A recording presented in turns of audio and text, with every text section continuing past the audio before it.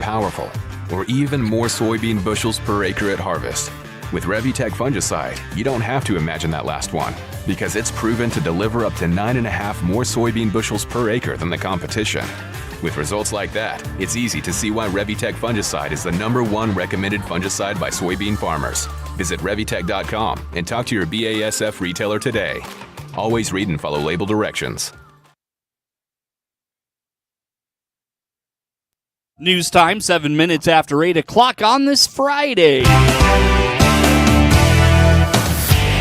Top of the morning from the newsroom of Regional Radio and DeWittDailyNews.com. I'm Seth Lawrence with this expanded 8 o'clock newscast streaming to Facebook and YouTube, brought to you by Peterson Insurance, your Pekin insurance agents in Clinton.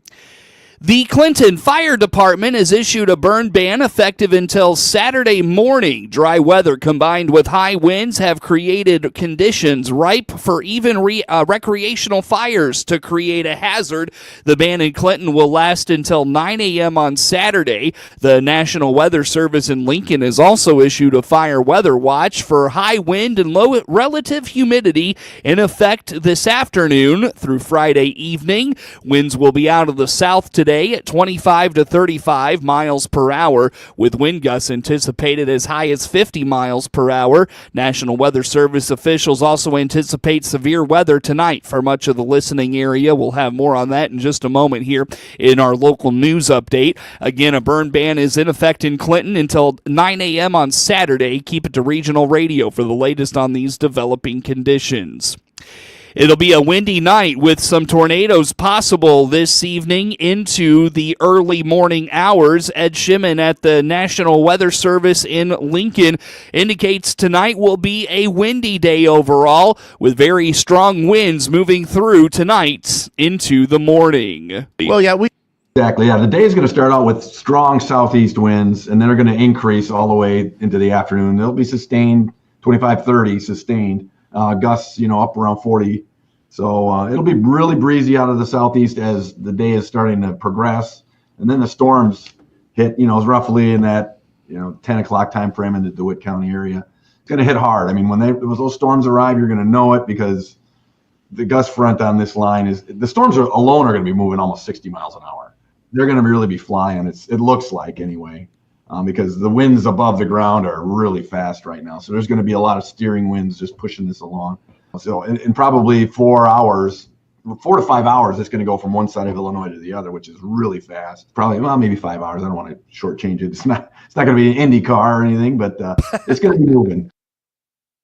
According to Shimon, rain should not be substantial. It's really the wind and any tornadoes that develop out of this storm they're concerned about. The rainfall amounts right now are looking, since it's going to be moving really fast, we may pick up a quick half inch of rain. If the thunderstorm gets really heavy over the top, maybe 3/4 of an inch to an inch at most. Just the time frame of how long that line's going to be over the top of any one location really is going to be less than an inch of rain. So flash flooding is not a big concern. We're just really focusing in on that's damaging wind threat and some tornadoes that we'll try and pick up on radar as best we can and get those warnings out as needed. But it's going to be bumpy on Friday night. Power outages will probably occur because trees hitting into power lines. Trees, if there's trees near your home, you never know. Some might fall into your home too. So just got to be aware that this wind is going to be strong enough to probably cause some pretty significant damage in some locations, and just be ready. Shimon says prepare yourself in your home now for any shelter that may be required, and get yourself a weather radio. He indicates they are often life-saving resources with weather events like these. We'll have some of that information in our daily briefing package, which is on our website, weather.gov/Lincoln. In the upper right corner, it has today's daily briefing. And that is our severe weather briefing we send out to all of our 35 county emergency managers. Any of the most recent information, we update that packet and give you the most likely scenario and impacts that may fall out of that. Have a plan that if severe weather and severe thunderstorms can damage your homes, have a plan of where you're going to go for safe shelter. Have your basement location ready to go with batteries, water, shoes, helmets. If a tornado is going to hit your house, some of that stuff can fall in the basement, bike helmets I have downstairs. So have a bag downstairs ready to go. Make sure everybody knows where your safe spot is, and have a weather radio. I mean, because that weather radio is your immediate, the warning's out, I know about it. You don't have to wait, if the cell towers have an issue. Some, most of them don't, but you never know. Multiple ways to get those warnings, and especially severe thunderstorm warnings. Not all of them alert phones, only the destructive tagged ones with baseball hail and 80-mile-an-hour winds will alert your phone for severe thunderstorm warnings. And we'll probably have very large severe thunderstorm warnings ahead of this line for the wind damage. That weather radio is worth its weight in gold. Go out and get one. About $40 and can save your life. Weather.gov/Lincoln will have the latest outlooks. Shimon also indicates they'll keep their Facebook and X sites updated as information is released, and keep it to regional radio for the latest in weather warnings as they're issued over the next few days. Since the departure of Tony Harris in DeWitt County's 911 center, DeWitt County Sheriff Mike Walker has been taking on some of Harris's previous responsibilities while the search for his replacement moves along. On the WHOW morning show Thursday, Sheriff Walker told regional radio they were aware Harris would be leaving. However, they're still working to fill that void. Well, yeah, we knew Tony was going to be leaving eventually. He'd been talking about retirement and different things for a while, and then the opportunity at the city came up, and it's been a process, partly because that position was created and Tony has been the only person that had that position. So when we knew that he was going to be leaving, whether it was through retirement or this position, we put together a group of county board members. We had the county board chairman, the finance committee chairman, public safety chairman, Dee Dee Rentmeister, county manager, Chief Flowers, myself, Tony, and Tom Ferris, the ETSB board chairman, all got together and actually talking about Mark Vogelzang, and reached out to him to see if they had a job description that they use, because they just went through this process here a couple years ago. So he sent that to me, and we reviewed that. And Tony's position was two positions actually. It was the 911 manager and the CENTCOM manager. Well, initially, not knowing who we were going to get, we considered breaking that into two separate positions, a 911 systems manager, that's how it's labeled by state statute, and then a CENTCOM supervisor. Well, as we went through this process, we got looking at it and determined that there really probably wasn't going to be enough work to have somebody doing the CENTCOM supervisor stuff full time, as we have a lead telecommunicator. So We went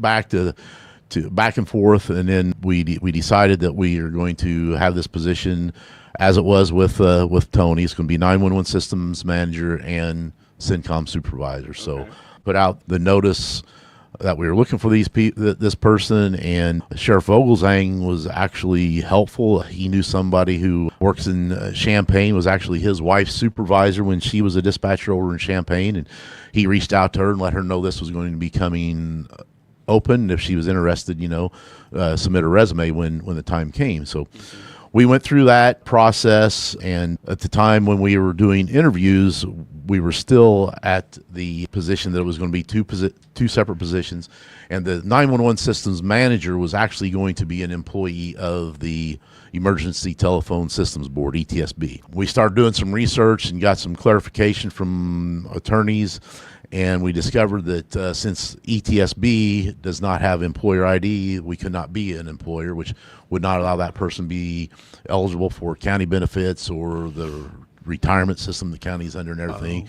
So we went back to, going back to making it the two positions. They'll actually be co-employed by the county of DeWitt and the sheriff's office. That was done basically. They'll be in the sheriff's building and report day to day to the sheriff and the chief of police. Another reason we did that's how the union contracts are worded. So So this person's going to have a benefit policy. It's going to be approved by the county board probably next Thursday night, and get that signed off, and then hopefully they'll be starting. Tentatively, they're going to be starting on March 31st. The county was able to hire a candidate for the role. Sheriff Walker notes they're bringing in a DeWitt County resident who has worked for Champaign County Dispatch for over 25 years. ETSB and CENTCOM met Tuesday the 4th and approved everything that we needed to approve, an intergovernmental agreement between the county, the ETSB, and CENTCOM, how the payments and everything are going to work there. And this lady is actually she's a DeWitt County resident, lives in Farmer City, has been there for 2 or 3 years. She's been with MetCat over in Champaign since 1998. That's the Champaign County Dispatch Center. Like we're CENTCOM, they're MetCat. Okay. So she's been there since 98, been a supervisor since the early 2000s. So we're getting somebody that's got a lot of experience in dispatch and with supervision. Cool. It's going to be pretty much the exact same thing as what Tony was doing. You know, they'll be taking care of all the 911 stuff for ETSB. They're going to be responsible for all the equipment in dispatch center, whether it's a piece of CENTCOM equipment or 911 equipment. We're going to have one person in charge of it, so we know that, hey, they can keep track of it and this and that, because there's a lot of stuff in there that needs to be kept up on.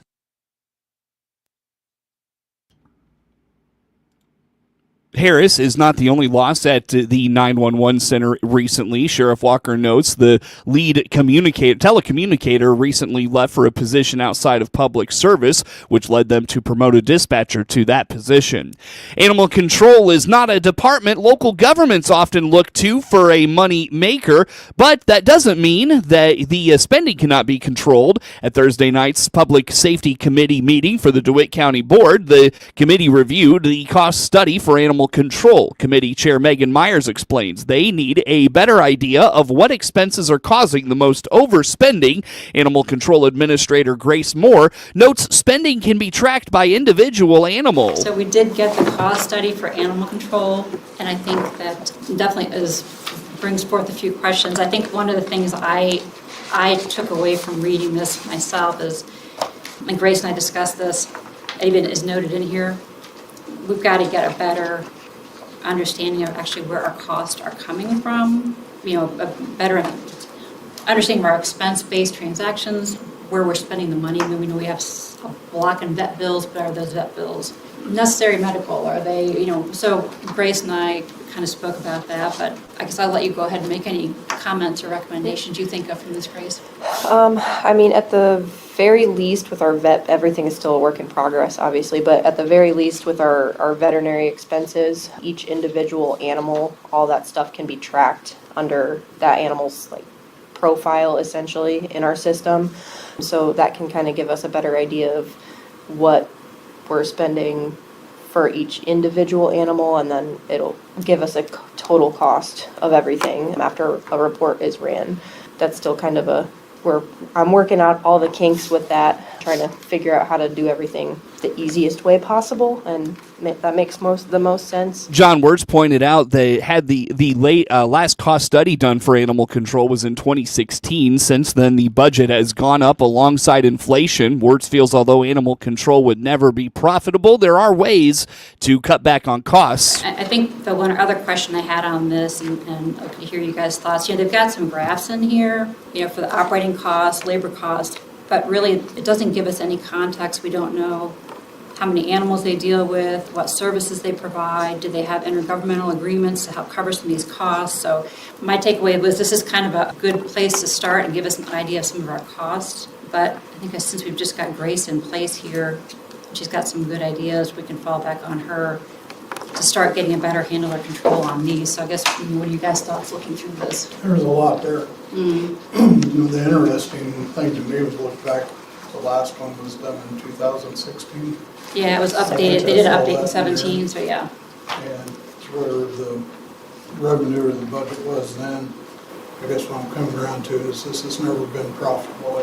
I don't see any way it'll ever be profitable. The difference is the budget back in, we didn't have as many employees and the expenses weren't as high, so everything's grown over time. To get a better idea of where costs are coming from, the committee and more agreed to better track where animals are being picked up and other details of any calls that come in. This plan also includes having a volunteer take on data entry of the tracking.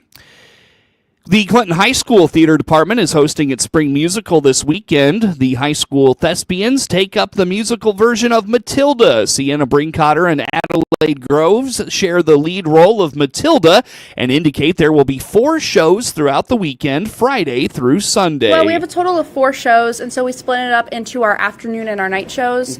Addie is going to do morning shows and I'm going to do like our night shows. Just easy way to split it up. So this little girl who's like 5 years old has like these incredible mind powers and like reads all these stories and whatever, but her parents are mean to her and her principal won't like let her do higher up things. So she has to like fight for all of it. Some of the songs were really hard to learn, especially some of the dances. Ensemble, fantastic. We had some great harmonies. Solos, beautiful, beautiful solos, especially from Addie. The two leads say the onstage cast is not a big group, as there's only a small handful of characters you get to know, but they're supported by a lot of great individuals behind the scenes.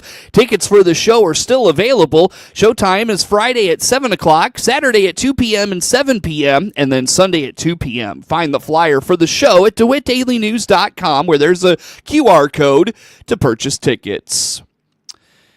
News time is 22 minutes after 7 o'clock here on this Friday. Get news anytime at DeWittDailyNews.com. Netflix buffering, YouTube spinning, devices not connecting, Zoom calls dropping. Ugh, it's